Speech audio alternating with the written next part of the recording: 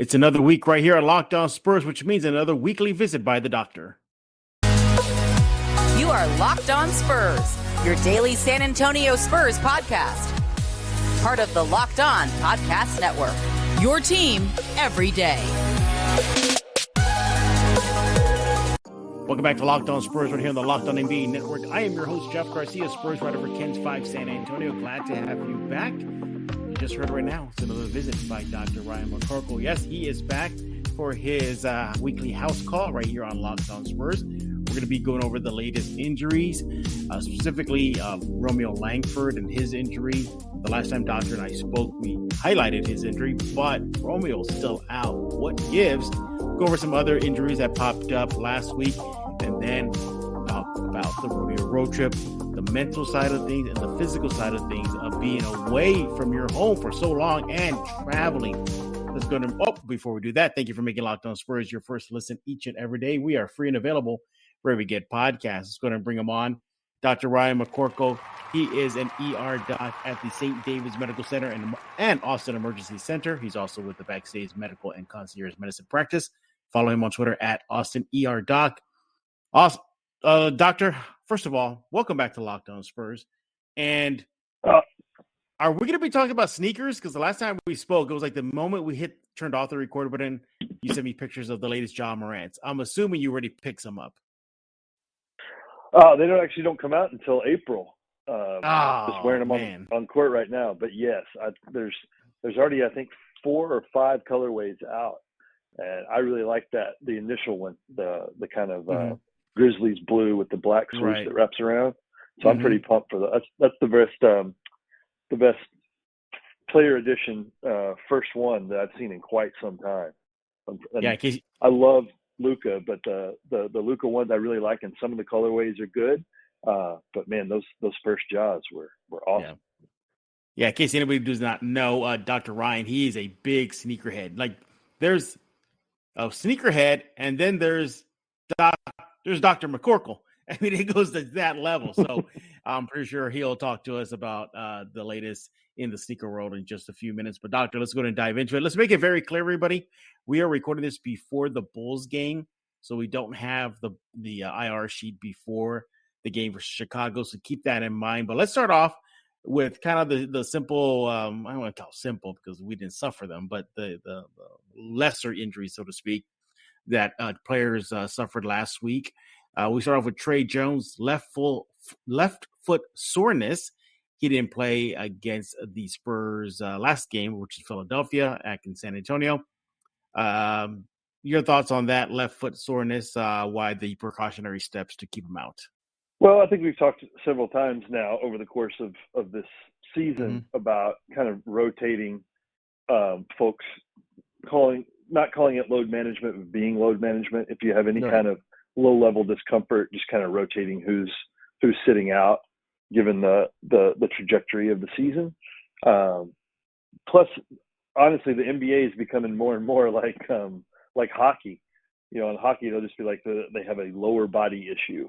And that's as specific as you can get, because left foot soreness it's not a diagnosis, it's a symptom. So there's a million different things that could be.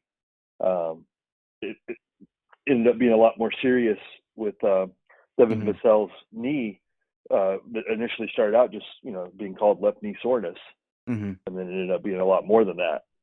So it's kind of really hard to say when the injury report just lists a symptom and not a diagnosis to say exactly how long they'll be out and what to do about it. Yeah, and I guess that's why they took the extra step to keep him out. I think the casual fan will think soreness. They'll think the traditional sore feeling you get when you're coming back from the gym or you ran a long while and your legs are sore. But as you highlighted, it could mean much more, at least a bigger issue if they don't take the extra steps to keep him away from the court, doctor. Right. I mean, could be plantar fasciitis. That's a very common problem that basketball players go through, which is a little more delicate to deal with. The heel soreness, heel contusions, any kind of toe sprain, midfoot sprain, all those things could come under a foot soreness, and you just kind of that they all have different timelines, and we don't really know until we get more information. Well, the same thing with Jeremy Sohan. He was out versus the game versus Philadelphia. Lower back soreness. Again, as you highlighted, a symptom, not a diagnosis.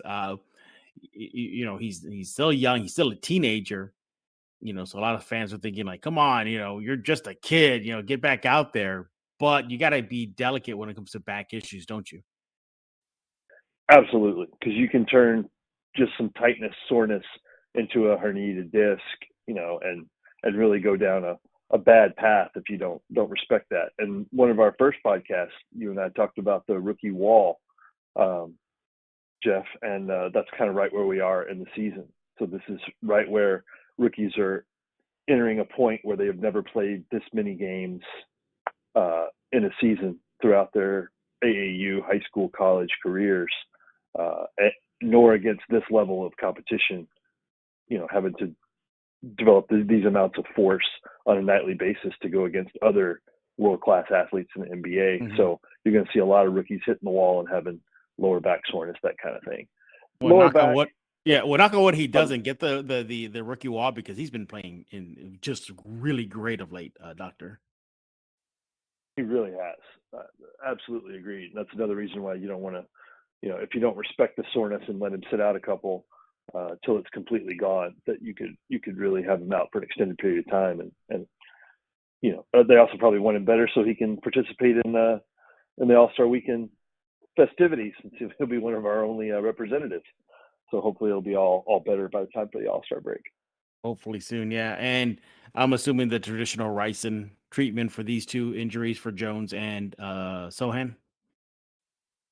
Yeah, I mean, left foot soreness, anytime you see soreness, that's usually what you start out with. It's the ricin therapy, exactly. The low back, a lot of times they don't ice that because it can really, if it's a muscle spasm, it can tense up more. So a lot of times you get more heat on the low back. But yeah, definitely the rest portion and maybe doing some stretching, yoga kind of things, because a low back injury can really mess things up. That's a core muscle group, and every movement that you do is dependent on that low back. So you really got to respect that. Yeah, and again, like you said, hopefully Sohan, is better. Enter Jones as well, so they can kick off the Rodeo Road Trip, which started yesterday.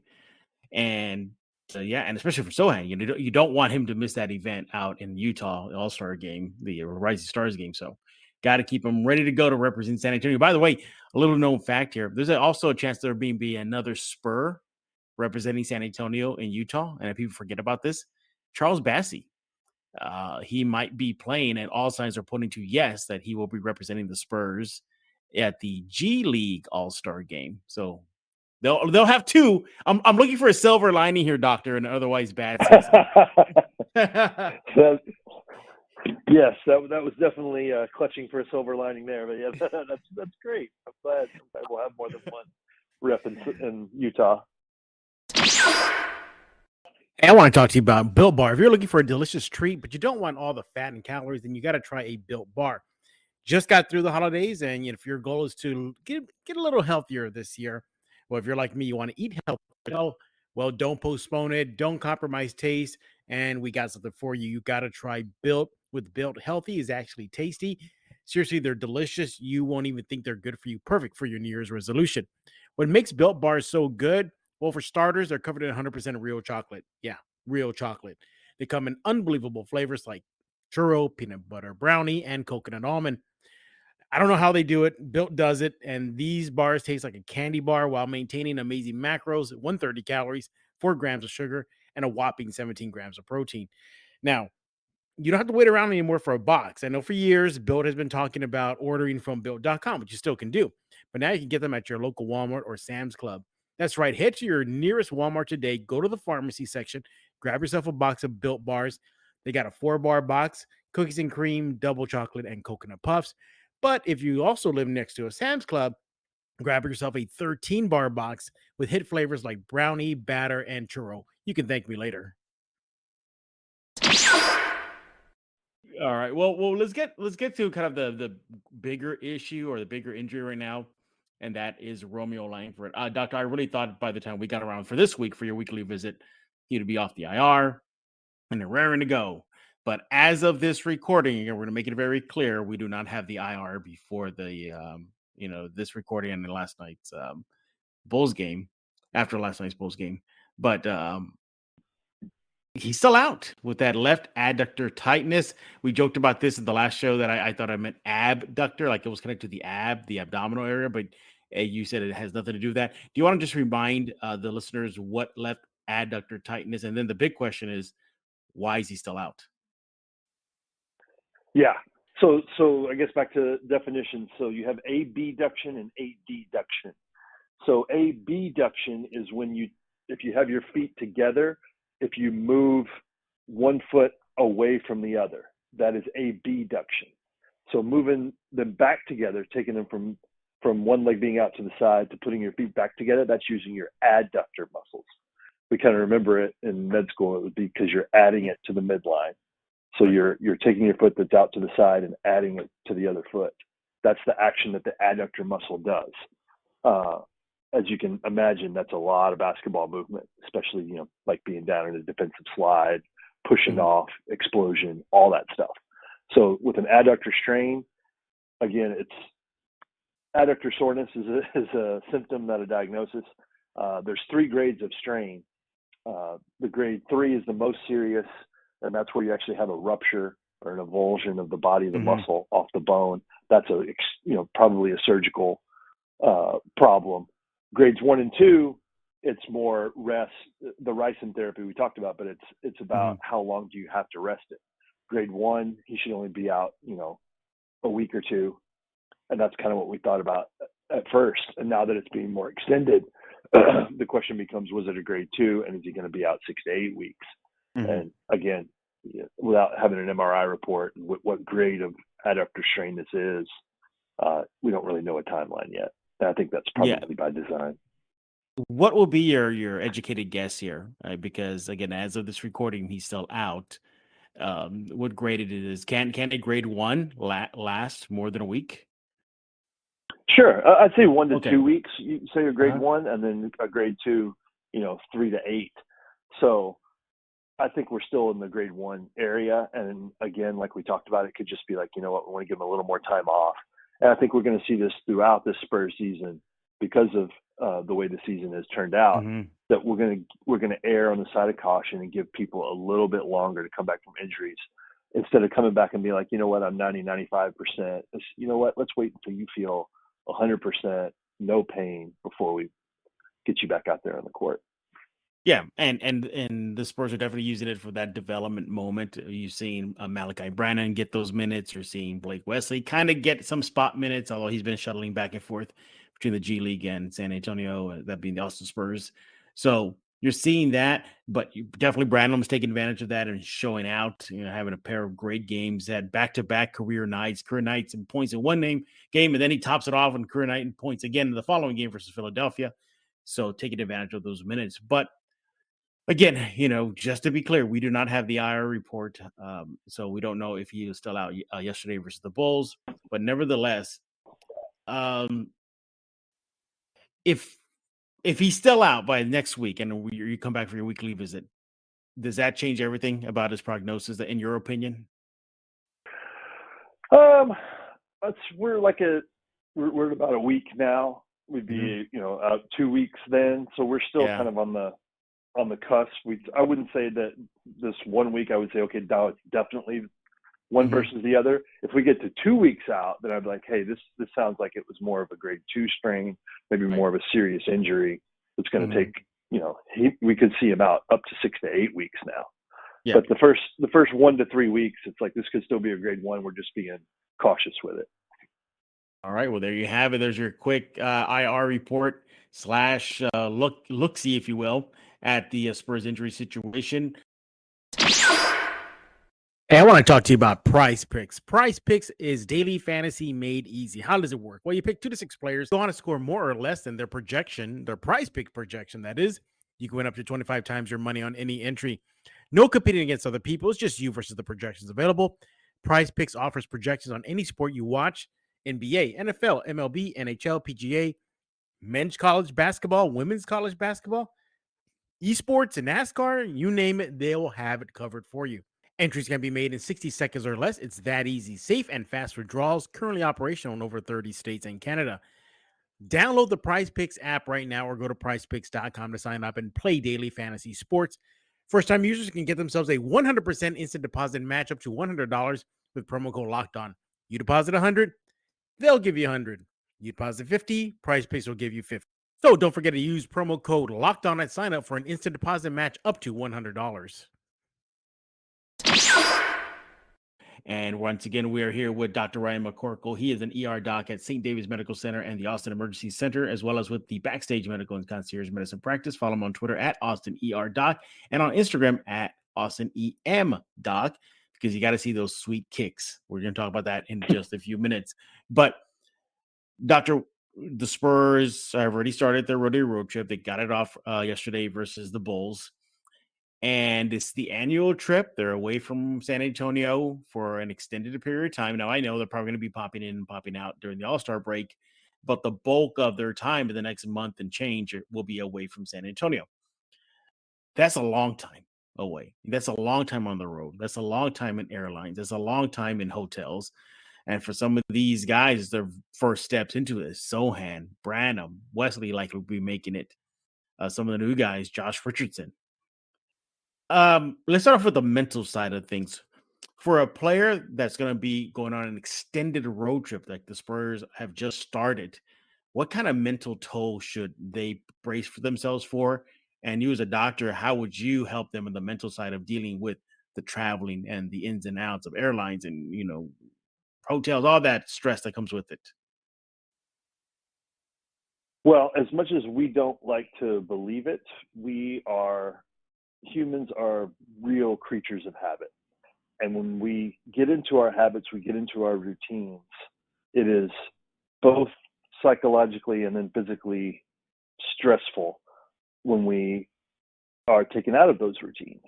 And that's really, because we're talking about luxury plane travel, charters. Right. This is not riding coach like in the 70s or early 80s. These are luxury hotels, and so it's really hard for the average, working class fan to develop any kind of real sympathy for their situation. But when you're talking about trying to have athletes perform at that, the highest level in the world, then any kind of variation from their routine is going to have an effect. Even if it is luxury planes and luxury hotels, it's not to say that they're uncomfortable, but it is a break from your routine. And it's not just like a, going on vacation break, but like an extended break. And it's athletes, especially, to take care of their bodies. They have a daily routine that they go through. And this extended road trip where you're having to fly, staying in a different, even if it's a super nice hotel, it's a different place, every night, every other night. It takes not only a mental toll of never getting into a solid routine, but also a physical toll of your body is also, you're not sleeping in the same bed every night. You're not having, your same food. Not that it's, going to be detrimental in the long term or to their overall health, but when you're trying to stay at that elite level of performance, it can, even if it's a 1 or 2% effect, that's a significant effect when you're having to compete every night. Right. So it's being taken out of the routine is the problem. And so you asked what the treatment would be. I think that is what the team, the coaching staff, their goal is to try to create as much routine out of this chaos that they possibly can, to make every day very similar, make every stay, every flight start to become the same. Right. I was going to ask you, it may be a dumb question here, but how much do time zone changes impact the body? Because they're going to be in Chicago. They were in Chicago the other night. That's Eastern Standard Time, but they just left the Central Standard Time. Now they got to acclimate it by now. And it's just a 1 hour gap. Okay, fine. But eventually they're going to make a big swing and go to Utah during this trip. And that from the East Coast to Utah, that's a big time jump. How does time zone changes affect the body? So this is huge, and this is something that I have a lot of experience with as an emergency medicine physician. We actually when you go into emergency medicine, we spend a lot of time in residency talking about how to guard your sleep. Because as an ER doc, you work let's use my specific schedule as an example. You either work a 6 a.m. shift, a 10 a.m. shift, a 2 p.m. shift, a 6 p.m. shift, or a 10 p.m. shift. So you have those 5 different shift times, and it is just a mix of all of them. So you go back and forth from days to mids to nights, and you're just changing by 3 or 4 hours.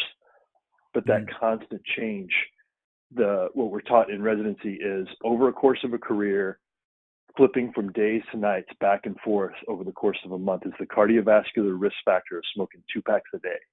Wow. So you and I have talked multiple times, Jeff, about how important sleep is to the body. And even when you're just these constant changing of time zones, even just by 1 to 3 hours, still has a significant effect on the way you sleep. Because again, we just talked about routine. There is nothing more important than the routine of your sleep. Going to sleep around the same time, getting up the same time. You can't do that when you work in emergency medicine. Also, when you're an NBA athlete, you have to do the travel.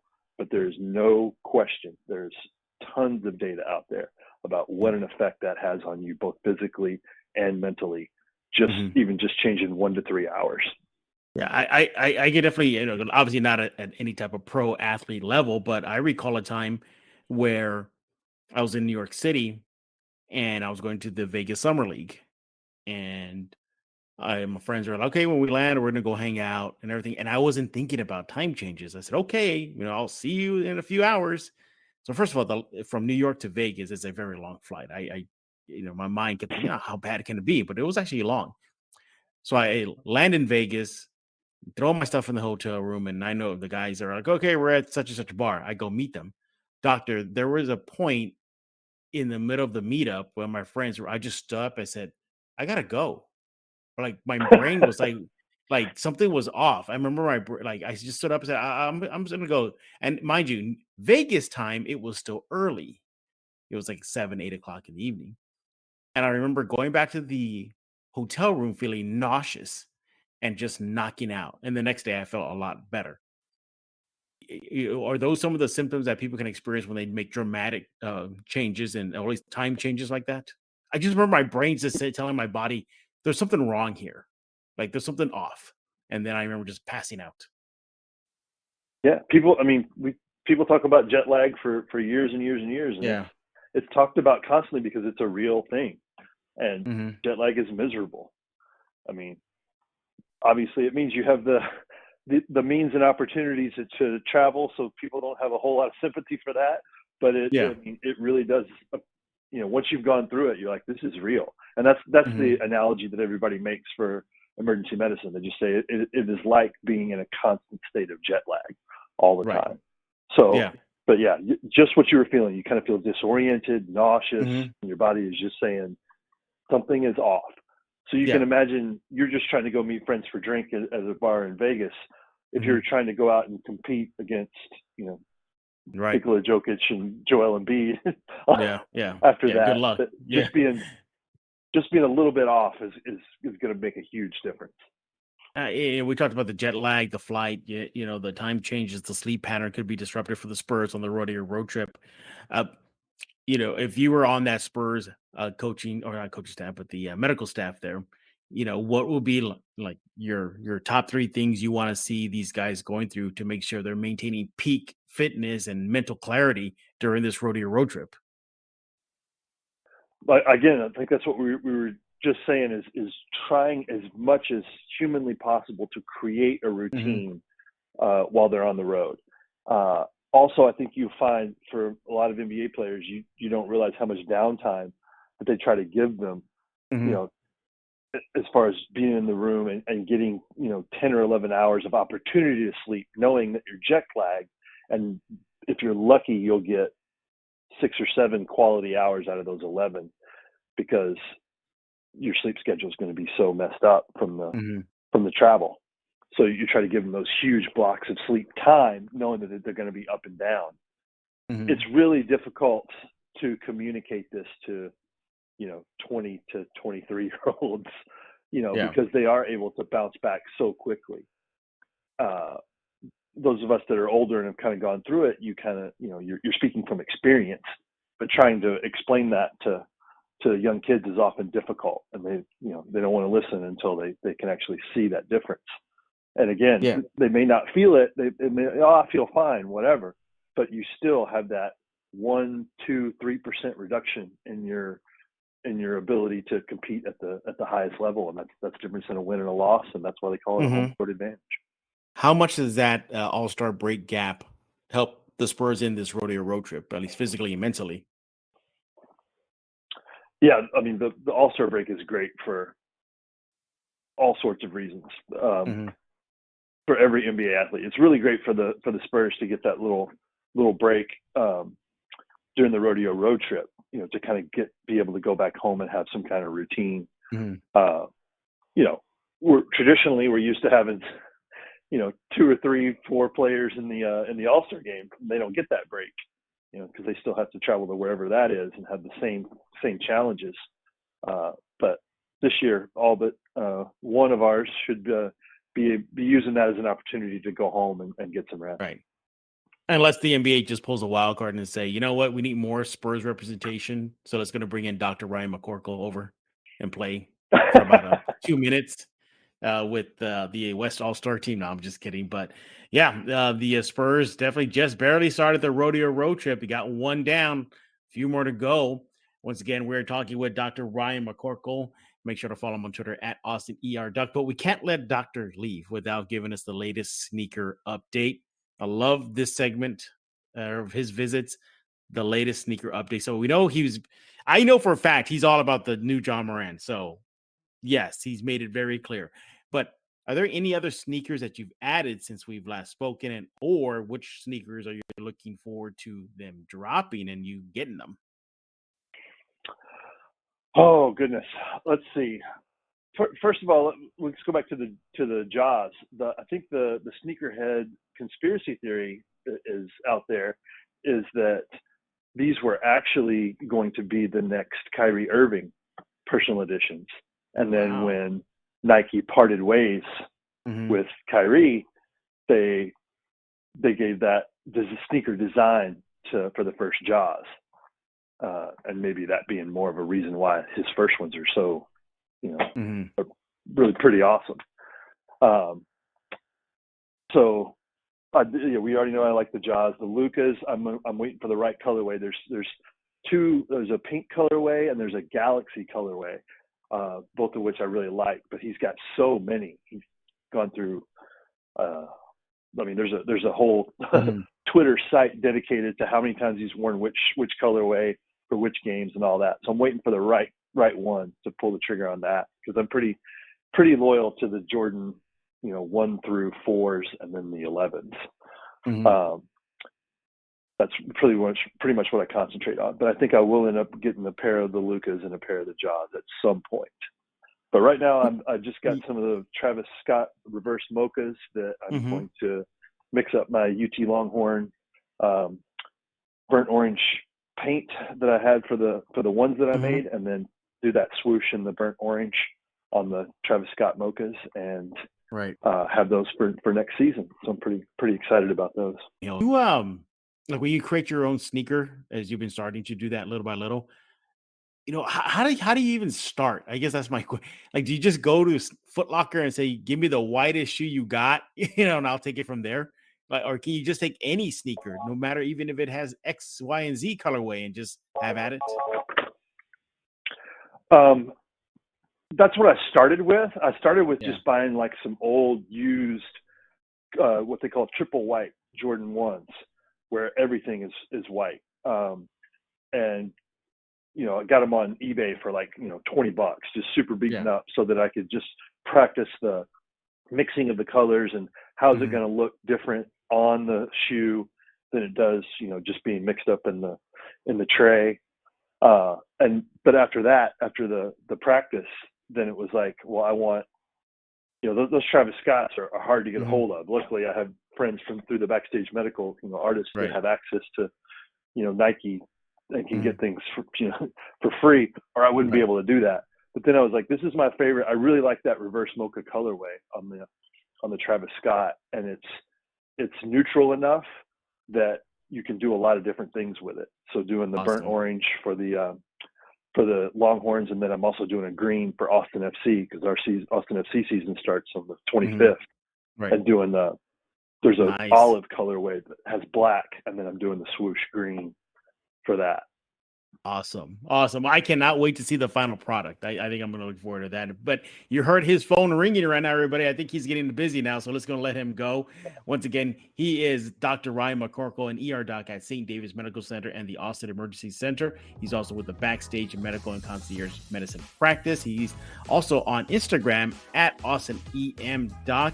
Doc, if you do have a few seconds, I know I heard the phone ringing on your end. Anything new going on with Backstage? Yeah, we had a great show last night at Emo's, Margot Price. That was a whole lot of fun. And then we have coming up on February 16th is Bruce Springsteen coming to the Moody Center. So I'll be there for that. Nice.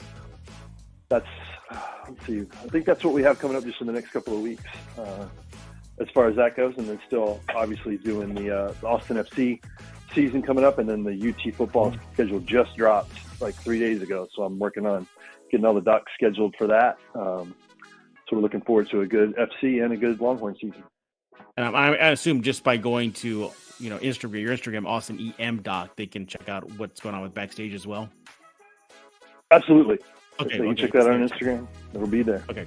All right. Well, he is Dr. Ryan McCorkle, once again making his weekly visit right here on Locked On Spurs. But we're done talking. We want to hear from you. What do you think about the recent little minor rash of Spurs injuries from Sohan to Trey Jones? Are you worried about Romeo Langford if he's still out by this recording?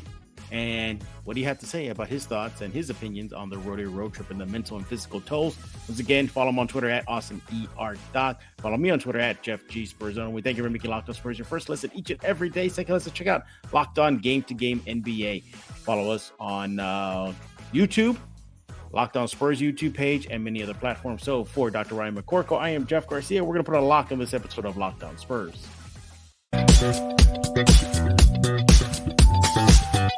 Thank you.